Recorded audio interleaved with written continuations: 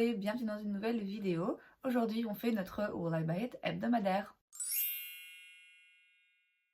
Comme chaque semaine, donc, je me rends sur certains comptes Instagram pour aller checker les nouveautés, les dernières annonces et sorties en termes de make-up, skincare, beauté de manière générale et je vous donne mon avis. On commence avec la page Insta de Trendmood et la première nouveauté que je vois ici, ce sont des lip oils de chez Stila qui coûtent 24 $, qui existent en 6 teintes. Alors, teinte, c'est un bien grand nom hein, parce que c'est pas, c'est quand même principalement une base transparente en fait avec des petites paillettes de couleurs différentes et un tout petit peu de pigment, un tout petit peu de sous-ton, mais enfin c'est quand même très léger en pigmentation. C'est des huiles à lèvres, hein. Le but n'est pas forcément de colorer, mais plutôt d'aller nourrir et d'apporter un petit peu de brillance et de volume. Euh, oui, voilà, ça me surprend pas qu'il y ait une huile à lèvres puisque toutes les marques en font.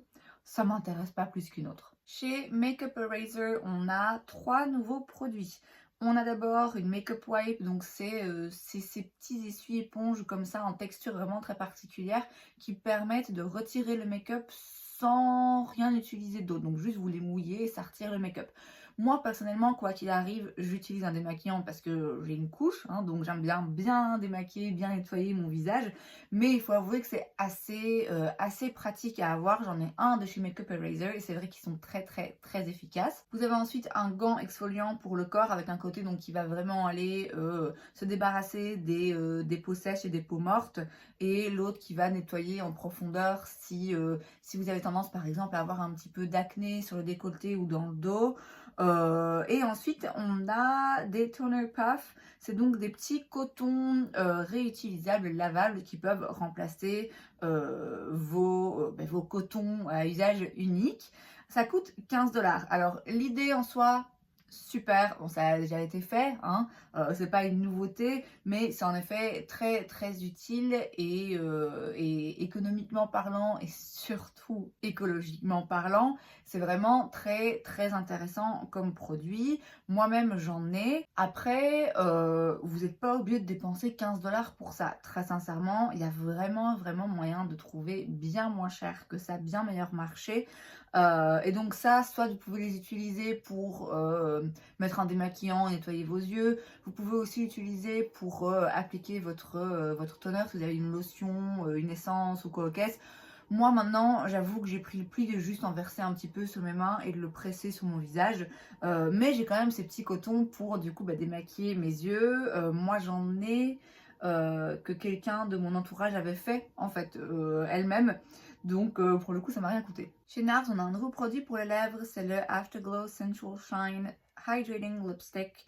Voilà, un rouge à lèvres hydratant, brillant, qui a l'air assez joli, qui a l'air assez confortable, assez agréable à porter.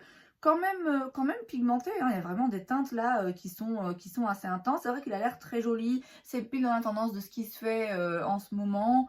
Après, voilà, je pense que c'est un produit qui a déjà été fait par NARS et qui simplement ressort sous un nouveau nom, un nouveau packaging. Mais enfin voilà, c'est joli, c'est juste que, ouais, revu quoi. Chez Lawless, on a une Lavender Collection. Il y a donc de nouveau Forget the Filler Lip Plumper, qui sont donc des glosses, je vais y arriver, des glosses. Donc là, on a 2 nouvelles teintes, ça existait déjà, hein. C'est un produit préexistant chez Lawless, simplement il y a de nouvelles teintes. Et il y a aussi une petite palette avec 8 fards qui coûte 27 $. Mais qui est jolie, voilà, c'est des teintes dans les mauves, dans les lilas, dans les lavandes, hein, d'où le nom.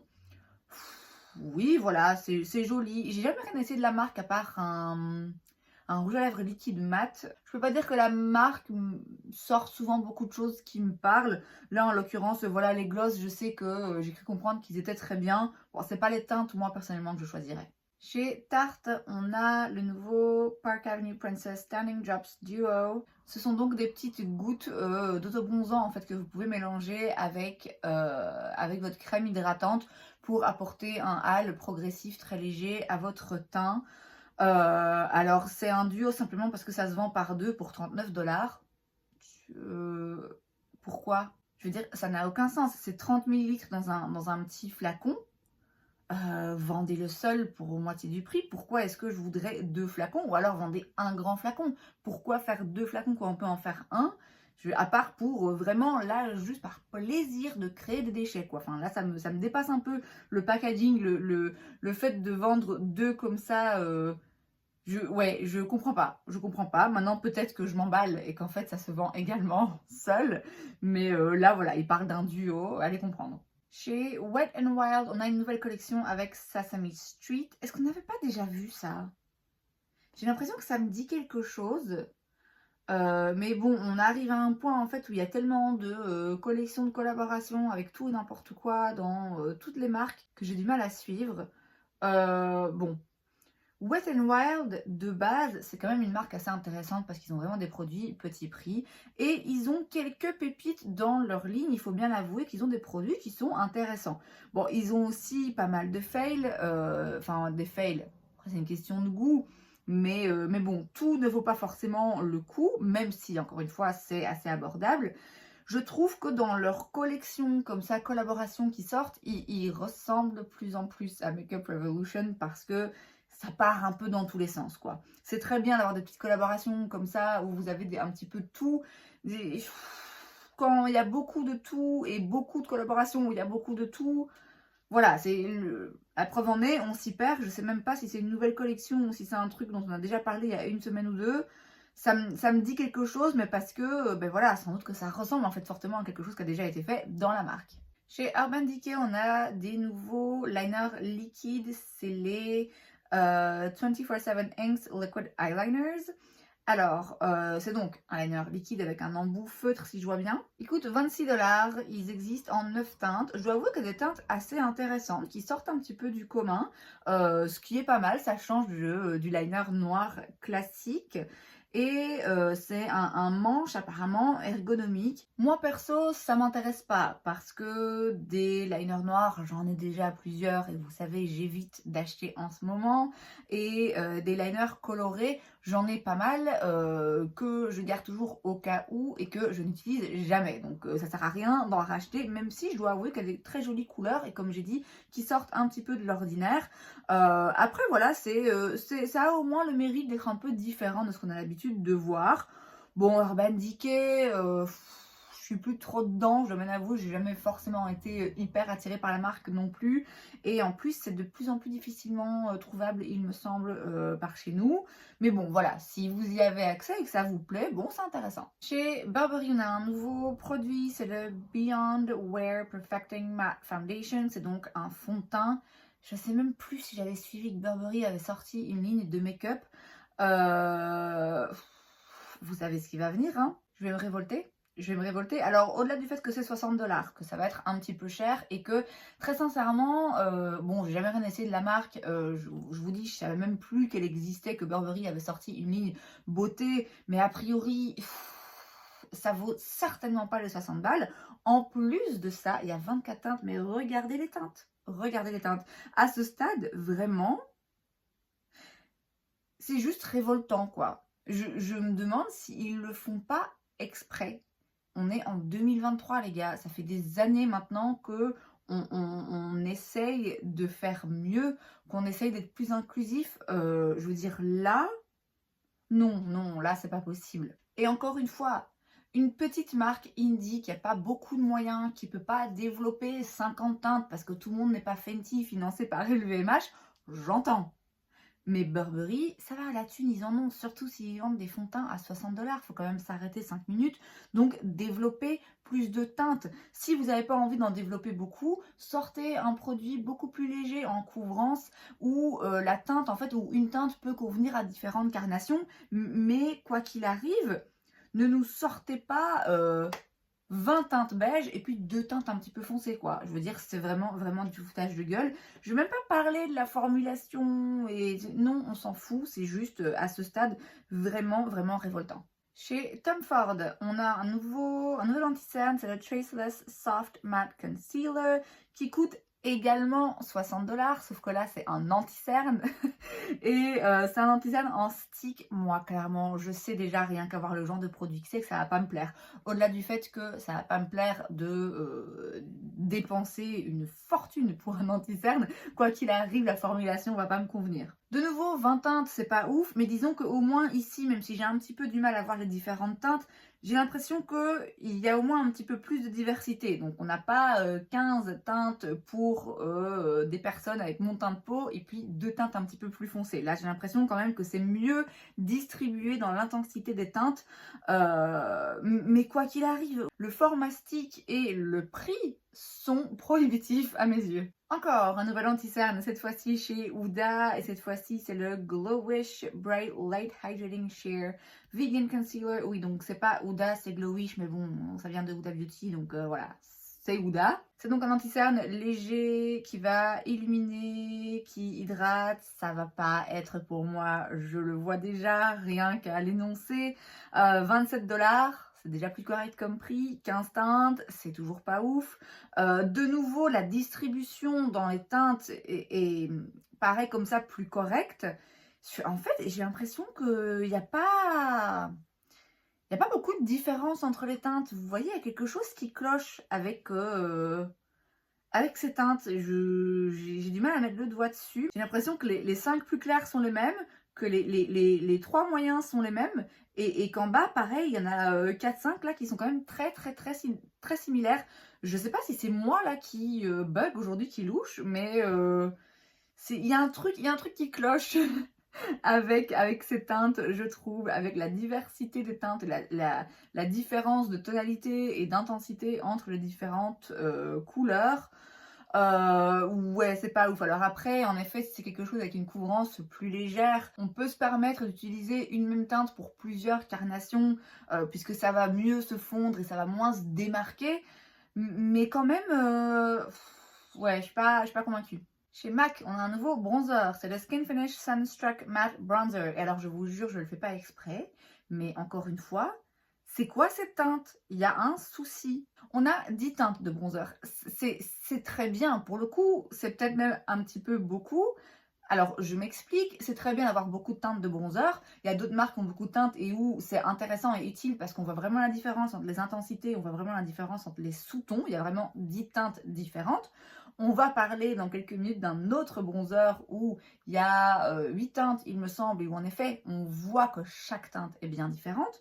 Là, en fait, c'est bien de sortir 10 teintes, mais si c'est si similaire que ça, enfin, je sais pas. Encore une fois, peut-être que c'est moi là qui suis un petit peu à côté de la plaque. Mais je trouve que, de nouveau, dans les teintes que je vois là, il y en a qui sont pas utiles parce qu'il y en a qui sont beaucoup trop similaires. Bon, après, en se concentrant sur le produit en tant que tel, ça me laisse pas de marbre parce que j'avoue que j'aime beaucoup les produits poudre de chez MAC. J'ai pas de bronzer de la marque. La texture a l'air assez intéressante. Bon, après, voilà... 35 $, alors bon, c'est le prix, hein, c'est le prix de ce genre de marque sur le marché, mais j'ai déjà tellement de bronzers que, ouais, je pense pas non plus sauter le pas. Chez Hoola & Rixen, on a un nouveau produit dans la gamme Banana Bright, c'est donc le Mineral Sunscreen SPF 30, donc une crème solaire SPF 30. C'est logique, c'est cohérent dans le développement de la marque, ça va bien évidemment dans cette gamme particulièrement. C'est intéressant le fait que ce soit pas une crème solaire blanche parce que c'est vrai que du coup parfois ça laisse un petit peu un fini pas très joli. Mais bon, moi c'est pas quelque chose qui m'intéresse et que je vais acheter. Chez Pat McGrath, on a une nouvelle collection, c'est The Divine Bronze Collection. On y vient donc à ces fameux bronzers dont je vous parlais. Et enfin, Pat McGrath sort des bronzers. Ça faisait un moment quand même qu'on l'attendait. Alors avant de se pencher sur les bronzers, il y a aussi dans la collection un nouveau blush, c'est le Divine Rose 3 pour 39 $. Ouais, c'est un blush rosé, je crois qu'il y en a déjà, donc voilà, pas plus intéressant que ça. Divine Brush pour 39 $, donc un pinceau, ça fait cher le pinceau. Divine Bronze Luxe Squad, donc un petit quad avec 4 fards à paupières. Hein. Pas des teintes très intéressantes, bon, des teintes pour le coup qui rentrent dans le thème. Hein. Et puis on a une nouvelle teinte de crayon à lèvres, une nouvelle teinte de rouge à lèvres et une nouvelle teinte de gloss. Ce qui nous intéresse ici le plus quand même, c'est les bronzers, qui comme le blush coûtent 39 $ pièce. De nouveau, c'est pas donné, mais bon, c'est pas de McGrath, on s'y attend un petit peu. Et là, je trouve que pour le coup, donc il y a 8 teintes de bronzer, et je trouve, j'ai l'impression que la différence se marque un petit peu plus quand même. C'est-à-dire qu'on a des intensités similaires sur certaines teintes, mais on a des sous-tons où on voit quand même vraiment la différence, j'ai l'impression. Alors après, c'est peut-être moi qui vois pas clair, hein, ça reste relativement subjectif, mais contrairement à ceux de chez MAC où je me disais, oui, il y en a quelques-uns qui se ressemblent fortement, je trouve que là, les 8 teintes ont leur place. Voilà, je suis un petit peu plus satisfaite par rapport à la cohérence dans les différentes teintes. Bon, Pat McGrath, oui, ça m'intéresse toujours, mais encore une fois, le prix m'arrête toujours. Chez Yves Saint Laurent, on a des nouveaux produits, c'est le Top Secrets Instant Tone Up All-in-One. C'est donc un primer en même temps qu'un correcteur couleur, en même temps qu'une protection solaire SPF 50. Je suis quasiment persuadée qu'ils avaient déjà avant ce même genre de produit. Pas dans le même packaging, mais le même genre. Il y avait aussi un truc qui s'appelait Top Secrets, un truc comme ça. Et pareil, avec un vert, un rose, un mauve. Quasiment persuadée. Rien de bien intéressant. Le côté correcteur couleur, c'est quand même très très léger. Donc, et de nouveau, en fait, si c'est un primer que vous mettez sur tout le visage, je sais pas dans quelle mesure c'est vraiment intéressant de mettre un primer qui est légèrement teinté vert sur tout le visage. Vous voyez, que vous en mettiez localement aux endroits, aux zones de rougeur, effectivement, mais à moins que tout votre visage soit un peu rouge, ouais. Enfin ouais, quoi qu'il en soit, ça m'intéresse pas. Je vois pas le prix, mais en plus ça doit coûter une blinde, donc allez hop, au suivant. Et le produit suivant, on va le chercher maintenant sur Trendstopia. La première chose que je vois, c'est chez Makeup Revolution, ça faisait longtemps, il me semble, qui nous sort The Fruit Fizz and Spread Collection. Vous avez une éponge à maquillage en forme de citron, des gloss, des highlighters liquides et des palettes de fard à paupières. Alors très petit prix, hein, parce que la palette c'est 6 pounds, donc ça doit faire 8 €. Je vous avoue, je connais pas vraiment le taux de conversion, mais il me semble que ça doit plus ou moins ressembler à ça. Bref, c'est pas cher quoi qu'il arrive. Bon, je dois dire qu'au moins, pour le coup, pour une fois, en termes de cohérence entre couleur et collection, on y est. Puisque dans les palettes, en tout cas, voilà, on voit bien qu'il y a des teintes différentes qui correspondent voilà, à des boissons. Ok, c'est cohérent. Après, voilà, il n'y a rien qui me parle particulièrement et je trouve que le tout fait quand même très cheap, hein. Dans la marque Geology Cosmetics, on a la Wheat Belt Palette. Il y a donc 10 teintes, je ne vois pas de prix. J'ai déjà entendu parler de cette marque sur la chaîne de Tati Westbrook qui avait testé une palette qui c'est vrai était très jolie, où il y avait des teintes lumineuses absolument splendides. Je ne sais pas du tout où la marque est disponible. Je pense que c'est une marque indie quand même, hein. Vraiment, je ne sais pas si c'est trouvable ailleurs que sur leur site à eux. Je ne sais pas où ils sont basés.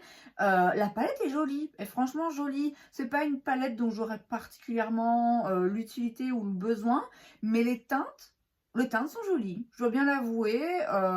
Bon, vous savez que moi d'habitude je suis pas fan quand les pannes ont des tailles un peu différentes, enfin sont imbriquées de façon bizarre. Là ça va, c'est des triangles certes, mais ils ont tous la même taille, ils sont bien rangés, donc ça me dérange pas trop. Chez Makeup Revolution, de nouveau, une collection, la Crystal Aura Collection, où vous avez des huiles à lèvres, des sprays fixateurs et des palettes. Encore une fois, je reconnais la cohérence entre les couleurs des packaging et des cristaux que c'est censé représenter et les teintes dans les palettes.